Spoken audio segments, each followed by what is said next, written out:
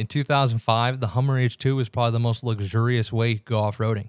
Finished in black over a wheat leather interior, this Hummer's got off-road capability and luxury wrapped up in one package. You can be on the trail and have your kids watching Madagascar in the back seat in the luxury seating.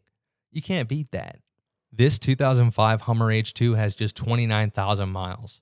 It's powered by the 6-liter Vortec engine with 325 horsepower and 365 pound-feet of torque. Made it to a 4-speed automatic transmission, locking rear and center differentials, skid plates, full-time 4-wheel drive, 2-speed transfer case, and a 6-liter V8. You might argue the Hummer H2 has poor fuel economy. It's too big, aggressive styling. It's bad for the environment. But you know what?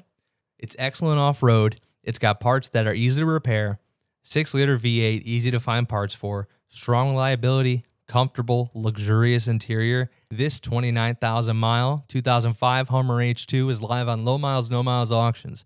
The auction ends August 12th at 7 p.m. Eastern. Sign up to bid on auctions.lowmilesnomiles.com and make sure to add it to your watch list so you receive updates.